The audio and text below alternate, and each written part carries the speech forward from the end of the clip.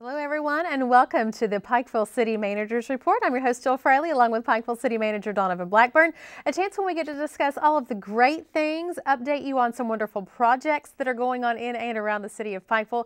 Today, we will discuss a lot of things, updating people on some movement on some property that everybody's talking about. We'll talk about the horse trail and various things. You were in New York last week. I was. So welcome home. Well, first of all, glad to be here, and I apologize for my raspiness. I've had, when I was in New York, it happened when I was in New York, but my lovely wife decided to pass on to her this head cold or whatever that I've had for the last couple of days.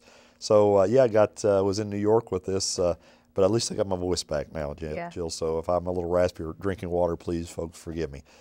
But yeah, I had ended up in New York last week. The Jenny Wally Theater project is ongoing, getting ready to start. Was actually supposed to start construction this week.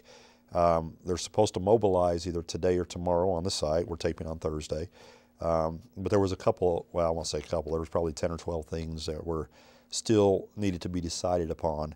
And traditionally in the past, what they've done is you fly in, just the architect, you meet with them, and you fly in the guy that does the sound as part of this, and you meet with them, or the engineer. I had the opportunity to go down and bring the entire team together under one roof and say, okay, now that we've got the bids finished, now that we've awarded the project, and we're ready to start construction, let's make sure that the puzzle all fits together. And so there were several things that we had to change as part of the project in order to get it within budget. We made some corrections to the project, I guess is how I would put it. For one, the slab, and this isn't really interesting, but it is, because it had it's what created the delay, Jill.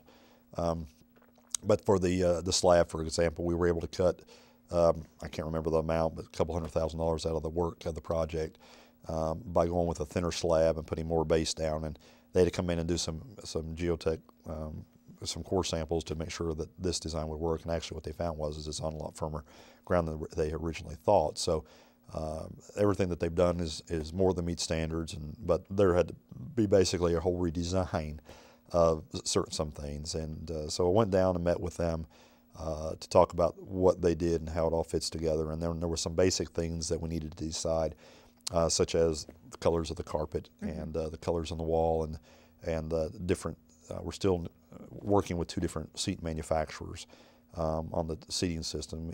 This facility, people are going to be really happy with it. I think once it's completed, it's a first-class facility. Some of the questions that I had, as not just as from the city's perspective, but as a member of the committee, and of course I chair the committee, that's why I went down, is the functionality of the theater, and making sure that it, not only the quality, but it's what we want in it within the community. And I'm not a theater expert in any means, but I obviously enjoy the theater, and I think it's going to be a great asset to our community. But things such as the size of the stage, I have questions like, is this stage going to be equal to what a normal, is there a standard in the industry? So they walked me through a lot of that stuff to give us reassurance to make sure that before that we actually started the bricks and mortar, that all those concerns were answered. And again, I'm very impressed with the design. We got a great value out of the overall project. I mean, this facility will have things like a grid system where you can walk around, in the ceiling and with all the lights and all the sound. It's got a separate control room that overlooks, behind glass, overlooks the stage on a second tier. But the thing that's really unique about it, and I didn't really understand what they wanted to do, and because we wanted more of a proscenium type theater, but not necessarily just a black box. So what was uniquely different in this design is the telescopic seating is as part of this design.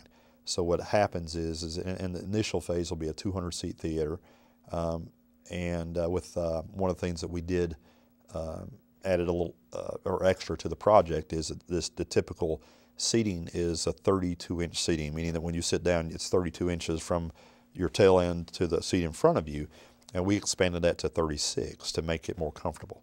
So you get more leg room, people passing by.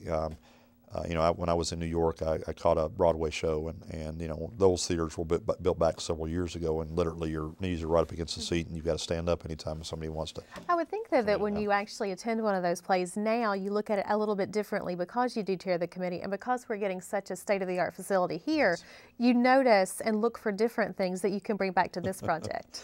Well, that's a good point because when we go to the theater, my wife was with me, and I paid for her trip there, just put that on the record. But she's with me, and that evening as we flew in, I had a flight experience like no other that I've ever had. But got there almost late that evening. It was literally a 12-hour travel day for me. My flight got canceled, and one thing right after another. Don't you love it when it happens like that? When you're on an agenda and you think you're going to get to a certain place at a certain time, and then it seems like it's one thing right after another. Murphy's Law definitely kicks in, and it's not just one issue. It folds. But we got to the theater and sat down, and she's paying attention to the stage, and I've got my phone out, taking pictures of the wall and the size of the seats and measuring, and asked the folks out back if I could look behind their counter to see how those things are designed. And so I've had the opportunity to, over the last couple of years since we've done this, to attend several performances in different theaters. I've gone everywhere from Lexington to Asheville to New York, and I've really taken note of what a performance theater really is. And this one, back to the seat issue, gives the actual complex itself a lot of versatility, in that the seats are telescopic. These are actually theater quality seats that are foamed. They're comfortable to sit in, but they'll also, like the Expo Center, if you've seen their telescopic seats to where they fold down and they push back, but they're individual seat set. This is how this is. So I think our design is 20 seats across, 10 seats deep, I believe, but those seats will fold down and all push back, so that now you've got an open floor to where you can bring in tables and do a dinner theater, or you can have dance class, or a party for that matter, or any other type of event. And that's one of the things that we talked about initially when the architect was here, was the functionality of the facility and of the building, because so many theaters don't offer those kind of opportunities, and then you have to take your play to an entirely different venue to have your dinner theater type shows and things of that nature, or schools that come in when you need to have a little bit extra room per se. But this one really is going to be top of the line, state of the art, unlike anything that we have anywhere close to our region. It is. I think it's something that the community will be very, very proud of. Something that will give a very pleasant atmosphere. That will, and that was my point on the seats. I spent some time talking about the seats, but as a spectator, not from Jenny Wiley's standpoint, from a performing arts standpoint, they've looked at this design as of where the lighting needed to go, and early honestly, I don't know anything about that. That leaving up to the experts to advise us. But I'm the spectator. I'm the person that, from the city manager's perspective, wanted a nice visual box that when you enter my community, it's great representation. But more so, I wanted clean walls, an open environment. But when I go in and I'm sitting down, I want to make sure my stage is big enough for me to be able to view it. I want to make sure the seats are in an area where I'm not looking around a pole. And I wanted a comfortable seat that I'm going to spend the next 2.5, 3 hours in, that I'm not going to be wiggling around and aggravated. So those are the things that were important to me and that I interjected and had a lot of questions and comment in. So it's all worked out well. The design, especially for the dollars that we've got into this, is truly remarkable that they were able to do as much as they have with what limited funds that we gave them. But it's another quality of life issue. It's a way, again, to bring more people into downtown. It's a way to wrap our arms around the performing arts, and where we've said before, where a lot of other small communities are drying up, those that are thriving are those that are geared around tourism or arts and culture. Somebody was saying to me yesterday, we were out with my other job, and we were driving up and down 23, and they don't live here, but they work in this area and have worked here for a long time. They live in Floyd County. And they said to me, I can't believe how big the city of Pikeville has gotten in such a short amount of time, because as I guess I was driving, they were riding along and just noticing different things. And when you're a passenger, you notice a lot more obviously than you do when you're driving, and understandably so. But I thought, and I said to them, and it's just going to get better and bigger because of all the opportunity, things like the theater project, our new Pikeville Commons that we will discuss shortly, the horse trail, which we will also talk about. Those are just so many different things that are coming to our area, not to mention the fact that we already have the Hatfield-McCoy feud and all of the excitement around that built into the area. It has grown and will continue to. Well, it has, and that's a very good point, because even in, I respect everybody's opinion. I mean, that's what government is all about, is people and opinions, but you have to look beyond just the obvious. And with budget constraints and times are tight, the worst thing you can do is not continue to invest in your community, because then you truly dry up and die. And you've got to have diversity. You've got to diversify your economy, and that's why we've geared towards tourism. Obviously, there's no doubt about it. I mean, you read in, I think it was in the Lexington Herald this week, talking about the coal industry and the continued attack that we're facing. And I had a conversation today with somebody I deeply respect in the political arena. Was talking. This was took up a big part of our conversation. And so more than ever, our people in Eastern Kentucky are relying on hubs like Pikeville. And as I've said on a previous show, it's anymore I don't call it Pikeville, I call it the county seat or the regional hub, because that's what we're becoming. We have a declining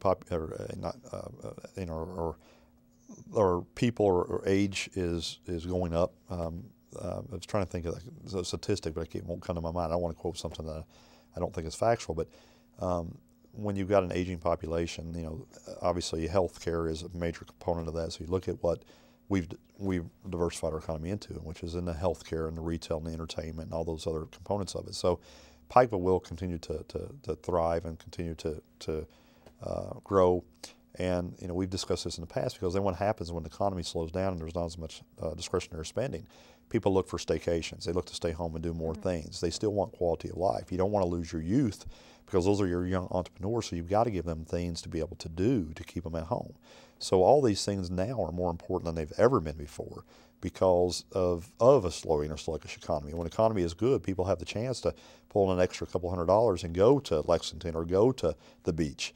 In a downturn economy, those people still want the same quality of life, but they want to stay home to be able to do those things. So I'm proud of what we're accomplishing. I'm proud of the direction that the commission is going into. I think these are solid investments. As I mentioned on the last program, a lot of this is being funded by grants that are specifically for those particular projects. The horse trail you just mentioned, the grant that we received is specifically for trails projects. We can't spend that money on anything else other than something like a horse trail.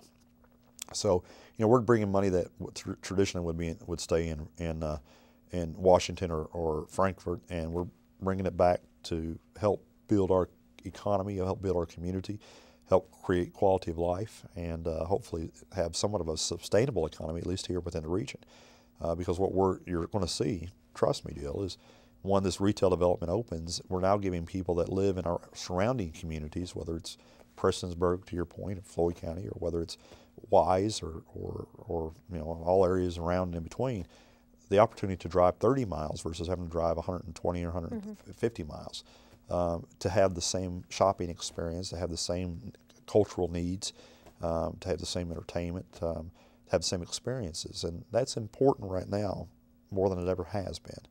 And we've been a great benefactor of a lot of hard work of this good commission, and I'm excited to see a lot of these projects. As it's been 2 years on some of these projects of putting them to get the deals together to finally see them to come to fruition and come out of the ground as an actual sculpted, molded box. So I'm excited. Yeah, there are a lot of things that people are very excited about. You mentioned the retail development. Yes. There has been, and we do want to let people know what's going on down there right now, because even I noticed it just earlier this week, is that there's movement down there, and I did see some equipment being unloaded, but there's a lot of clearing of trees and shrubbery and grassy areas and things of that nature that's being piled up. So a lot of people are very excited to actually see something happening there. Update us on what's going on right now. Well, everything is moving forward. However, I caution folks, it's not the developer necessarily starting the development. Right. But we are scheduled. Matter of fact, they just got an addendum yesterday via email that went back out today that was signed, that we have selected the closing date as of July the 15th. Now, we gave ourselves a little wiggle room by an extra week, because the developer, what he's waiting on right now is funding package. He's basically at the mercy of the bank of getting everything together, because he's on a $44 million project. He's using a couple of different financial institutions. But again, we have solidified our contract with the post office. All that is done and finalized.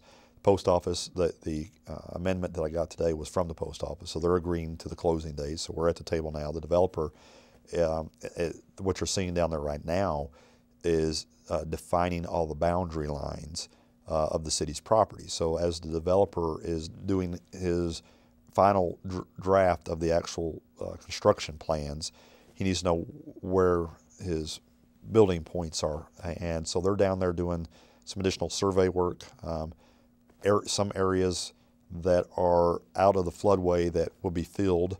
We're getting rid of the vegetation in order for that to happen, so that after we sign, candidly speaking, you think of it this way: if I'm getting ready to invest, $44 million in a development and sign the contract and get ready to hand over checks, I need to make sure that everything is the way that it's been explained to me, and that the property lines are, there's not junk cars laying underneath an area over here hidden. Right. So that's what's going on right now, is we are clearing the property to make sure there is basically a clear deed, because once we sell, there's no warranty on this property. The developer accepts it as is. So that's where we're heading now. So the property is being cleared and ready for us to actually convey it to the developer. We're projecting that should take place on July 15th, or at least the week of July 15th. But right now, the target date is July 15th. The developer himself plans on starting the project the week of. Matter of fact, he said, I'll have equipment on the property probably the day after we sign the closing documents, because that he's got some commitments on all these retailers that he has to have their stores open by a certain date. He realizes winters in Kentucky can be a little bit different than, say, South Carolina or North Carolina, exactly Georgia. Right. So he's trying to position himself to get his foundation work all done, and in, because again, he's projecting 8 months, somewhere within around 8 months of being hopefully completed with this project. Now there'll be some phases that we'd probably done within a couple of, 2-3 months. Mm-hmm. The post office being one of them. So everything is looking great. We're on target right now. We've had the 1 or 2 little small issues that we've had. Matter of fact, I resolved one today. So everything from the conveyance standpoint is great. Our attorneys are all working together right now, getting the final conveyance documents together. I've talked to Neil, and again, every time I talk to him, he's got another retailer that he's signed, so he has filled the majority of his property. AAA Realty is being given the task of renting out the 200 apartments that will be part of this development. So they're getting a lot of calls, and a lot of people have a lot of interest. There's 2, 3, and 4 bedroom apartments that'll be available. My understanding, this complex also will have a workout room in it. So I mean, there's a lot of amenities. I mean, I'm not. There's a lot of places in around this county that I love. I love where I live. I love where, but being down where I can shop and I can eat and I can fish and ride my boat and work out and walk on the sidewalk. I mean, it's a great project. Well, also with the growth and the expansion of the University of Pikeville and all of our different opportunities that we have for students who are coming to our area, specifically our medical school, they need places to live.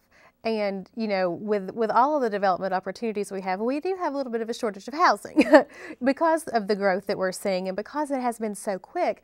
This is just another opportunity. And when you have people that are that age who are very active and who want to be right, in the middle of everything, it's going to be a wonderful opportunity. If you haven't had a chance to look at the AAA website, there's an entire list on there of different amenities and floor plans and things that people can look at, potential tenants can look at, so you can go there, and Shirley has everything listed for you. Well, it is, and from the preliminary designs of what I've seen, I mean, I think people are going to be really amazed at what this overall complex is. And like I said, we've got, we've had people in our market, like people like Adams Realty and Hensley Development and several others that's done an unbelievable job at converting some of these older properties or creating newer properties to try to address some of our housing needs. But again, the city grew by 10% population.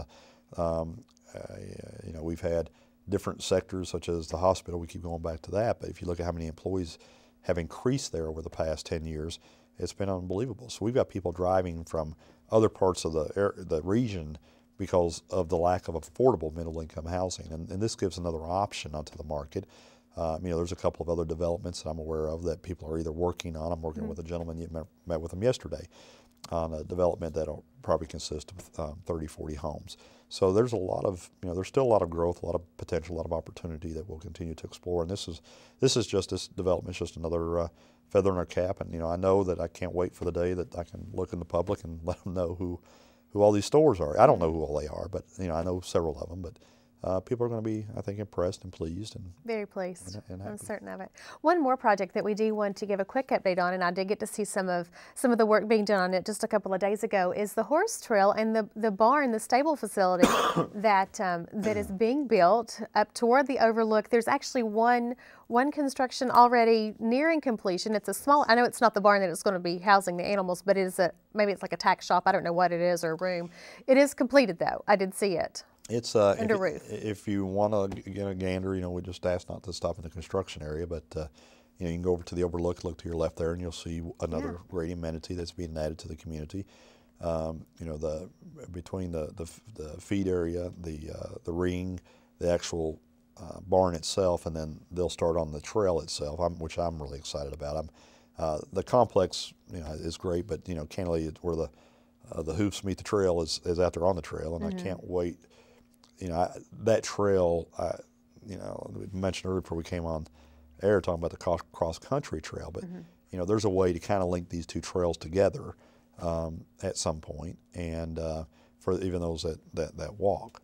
But I've been up through those hills many times, and they're absolutely gorgeous and beautiful, and some of the views that you can get over on the top of the mountains up there is beautiful. So I'm just really excited to see this work completed. So it's going on as scheduled, and we're looking at getting this thing finished before the end of the year. You mentioned the hospital earlier. There has been some talk about a Harold's Branch location that has been discussed a little bit recently. Do you want to comment on that? Yeah. I'd like just to take a couple minutes, Jill, to kind of give people an update, because it's real hard. The newspaper does a great job at covering the commission meetings, but it's when you have an hour's worth of discussion, it's kind of hard to condense it down into a couple paragraphs at times. So just to give folks an update, because I know there's a lot of interest in the community. This whole issue came up around the stop signs that were put on Harold's Branch, and I'll address that first, because that's not, as far as the commission's concerned, and I think from the Harold's Branch resident standpoint, it's not as much of a concern as the second issue. And again, just to kind of educate the public as to what's going on. First of all, as you go up Harold's Branch in July, I think it was, of 2010. The engineers came before the city commission, and that represents this project. I understand a $150 million facility that was going to layer on another 60 doctors, probably, if you add it up, probably a couple of hundred employees, create a parking structure because of the inconvenience of our economy and people having to park on the Riverfield and walk all the way over. And then an 11-story office complex, again, bringing all those doctors into one area, so it's a one-stop shopping. So for healthcare, it was extremely important. For our economy, it was extremely important. But this is a big facility, and the thing I caution everybody on is that the parking garage isn't open yet. So the argument or the concern has been is that with what little traffic is going up and down there, why should we have to stop at the stop signs? The counter argument I put out there is not argument, but fact is that the parking garage isn't open yet. Once it opens is why the stop signs are there. So and the whole decision was solely based upon safety of the residents and of the people that are visiting the hospital. So the hospital is a major economic driver for the city. It has nothing to do with relationships with individuals. It has to do with our economy and what that hospital represents. They generate a little over $2.5 million in occupational tax alone for this community, which, to put that into context, that pays for the fire department. We're able to go up Harold's Branch and deliver fire service and ambulance service just on the tax base we generate off the hospital alone. So, and I think everybody understands that argument. But the issue is that why do we need a stop sign there? And the problem, the answer is because the experts have said in order to slow down traffic and make it safe, and with the tremendous amount of traffic that will increase, that the parking garage will need multiple exits, and it'll need safe exits. So the alternative was either to put a street light up there or stop signs. Stop signs based upon the estimated traffic and how that traffic will allow especially the Harold's Branch residents to come in and out more quickly than putting a traffic light in there. So the stop signs was, A, it was to take care of the safety concerns. B, it was to make sure the traffic flows well. And C, it was to make sure, or give an alternative of just street lights, to taking the Harold's Branch residents in mind. So again, I go back several years ago, we met. It was discussed in open meeting. It was reported upon. The commission voted upon it, and we, under those basis and premises, we gave the hospital the right to proceed because, again, they are the 3,000 employees that are over there are also taxpayers of this community. They pay occupational tax. So that's how that was derived, and it was safety was the primary intent of the commission. And at times, that's what I try to explain is that when you have progress, you're going to have sometimes inconvenience. But imagine what this community would be today without all those jobs, without what it does for the region. So this commission is very sympathetic to anybody being inconvenienced, but they also have to understand the long-term issue here, and that is they do make the best decision as a community as a whole based upon the facts as how they're presented to them. And when you have experts coming to you saying this is what we represent, then that's what they did. The second issue is the smoking issue, and the hospital has an issue, as most hospitals across the state of Kentucky, with their accreditation program. And in order to be accredited, which impacts the Medicaid, Medicare, and I'm not an expert, I'm just repeating what I understand, is that they have to have smoke-free facilities because obviously the health concern. And so in order for them to keep their accreditation, the hospital has to be smoke-free. The problem is where the hospital is located is by the time you have an employee that takes a break, if they're a smoker, then by the time they go out the hospital's property, their break time is over and they'd have to come right back. So what's happened is they've all migrated to the one little area there at the intersection at Harold's Branch, which has created a great safety concern. So the commission has looked at it again as a safety concern, not to limit the smokers, not to interfere with the hospital's accreditation, but it's been an issue that the public has a right to stand on public right-of-way. But you don't have a right to block traffic, you don't have a right to create a safety concern. So what I was able to do is I've had a couple of meetings with the leadership of the hospital. They too understand the issue. They recognize that the shoulder of the road down through there is on the city right-of-way. So what we've done is we're moving that area up the road probably 100 feet or so to where it's out of the intersection, it's over the hill, it'll get the people out of the road, out of the intersection. We're going to be a fence put up to where it confines people from being able to go out. There'll be trash cans put in to take care of the trash issue. It'll take care of the safety issue, and it'll take care of the needs of those that need a place to go. Whether it's not just for smokers. If anybody wants to go up there and stand or sit, it's a public way. So it'll address the safety concerns. It'll address the issue that the Harold's Branch residents have, and we appreciate the partnership of the hospital of allowing a compromise. But more important, also appreciate those that have a voice at Harold's Branch that voice their concerns, because honestly, over the past couple of years, it's not been the issue of the calls that I've received hasn't been regarding the stop sign, other than one or two calls. It's been evolved around the smoking concern and the safety issue evolved around that's created because of the issue at hand. So it's not the hospital's fault. It's not the city's fault. It's a matter of circumstance, but we have found a solution. We're just asking people to be patient and give us a couple of weeks. I met yesterday with the construction crew, and we're going to go to work on this fairly soon. Quickly before we run out of time, tomorrow night another Main Street Live coming up.